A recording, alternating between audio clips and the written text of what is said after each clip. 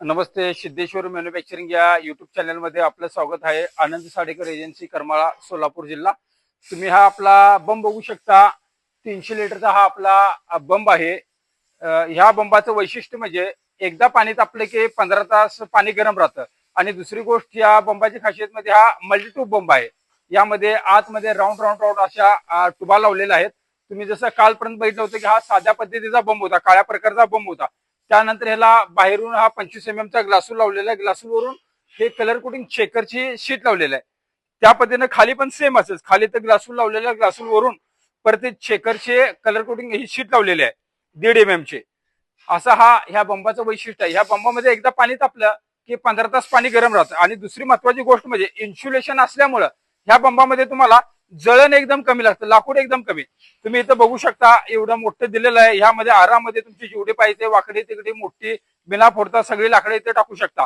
त्यानंतर इथं खालच्या साईडला तुमची जी काय राग बीक पडली असेल तर ती पूर्ण ह्यातून तुम्ही इथं राग काढू शकता. ह्या साईडला आपण इथं ब्लोअर लावायला इथं हे पाईप लावलेलं आहे 2 इंची. जो पाईप आहे पूर्ण आतमध्ये असं गेलेला आहे. वरच्या साईडला तुमच्या ब्लोअर मध्ये इथून ब्लोअर लावलाय की वरच्या साईडला जाळीमध्ये पूर्ण हवा देतो.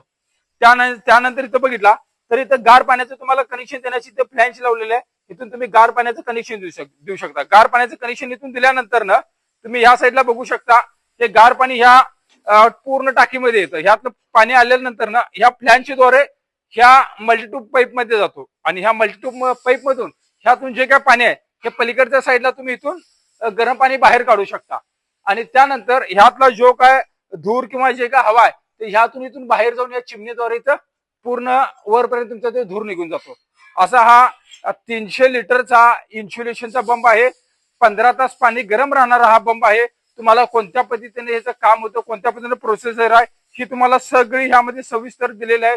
पहिल्यापासून सुरुवातीपासून कटिंग कोणत्या पद्धतीने होतं, वेल्डिंग कोणत्या पद्धतीने होतं, रोलिंग कोणत्या पद्धतीने होतं, आतले ट्यूब कोणत्या पद्धतीने लावले जातात, हे सगळं तुम्हाला ह्या व्हिडिओमध्ये बघायला मिळणार आहे.